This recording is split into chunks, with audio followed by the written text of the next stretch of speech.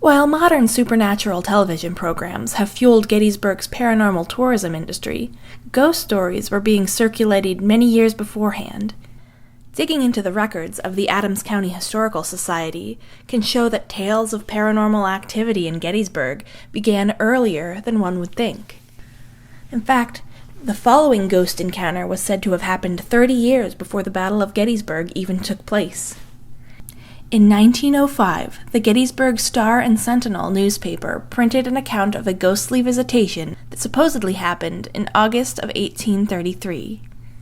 In the article, Mr. John Swope, an apprentice at a saddle factory, and, quote, very upright young man of unblemished reputation, claimed to be visited on several occasions by a spirit.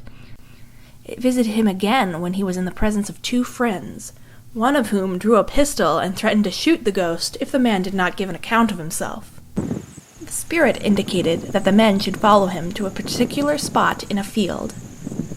They were told to dig there on a certain night mentioned to find buried money, and in doing so would secure rest for the wandering shade. But when they did dig, they found nothing. Perhaps one of the men decided to visit the location early so as not to share, or perhaps even ghosts like to play jokes on the unsuspecting. Or maybe it's just a story. Another story of a ghost on the battlefield of Gettysburg was being told even before the battle had reached its end. The following was spoken by Colonel of the 20th Maine Regiment, Joshua Chamberlain. In a moment, the whole corps was in marching order, rest, rations, earth itself forgotten. One thought, to be first on the Gettysburg Road. The iron-faced veterans were transformed to boys. They insisted on starting out with the colors flying so that even the night might know that the manner of men were coming to redeem the day. All things, even the most common, were magnified and made mysterious by that strange spell of night. Now from a dark angle of the roadside came a whisper. Whether from eerie or unearthly voice, one cannot feel quite certain that the august form of George Washington had been seen that afternoon at the sunset riding over the Gettysburg Hills.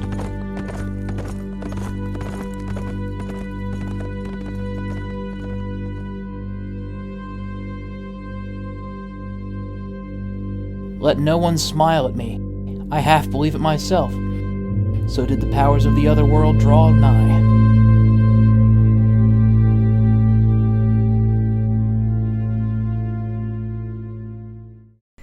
Chamberlain was not the only man who fought at Gettysburg and believed that spirits might be present on those fields.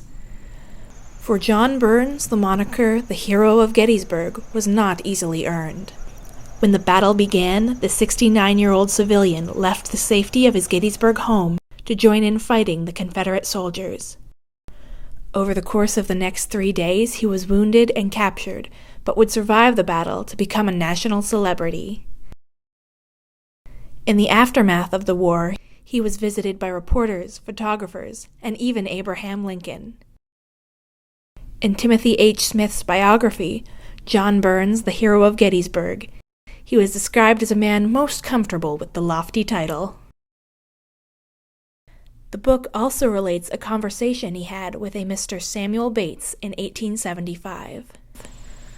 With all his heroism, Burns was not a man without spark of superstition, Bates would later say.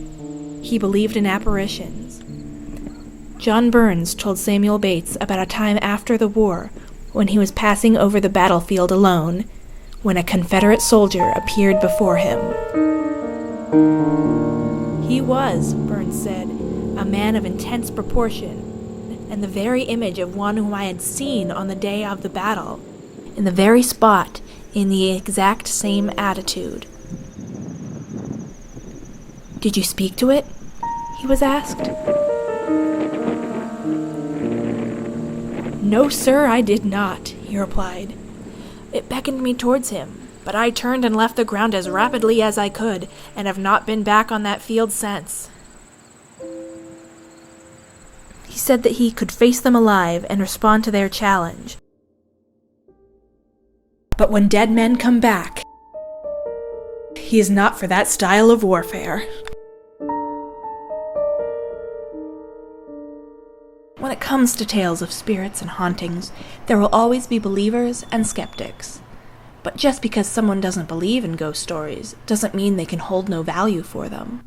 That is the position of author Sally M. Barish. The Adams County native collected ghost stories through her entire life and compiled them into her book, Haunts of Adams and Other Counties. 39 ghostly tales were published in 1972. She believed that ghost stories, like folklore and legends, should be preserved. Barish told the Patriot News in the November 26, 1972 issue. She goes on to say that she brought up her 6 children on ghost stories and thinks they stimulate imagination. She says as much in the foreword to Haunts of Adams and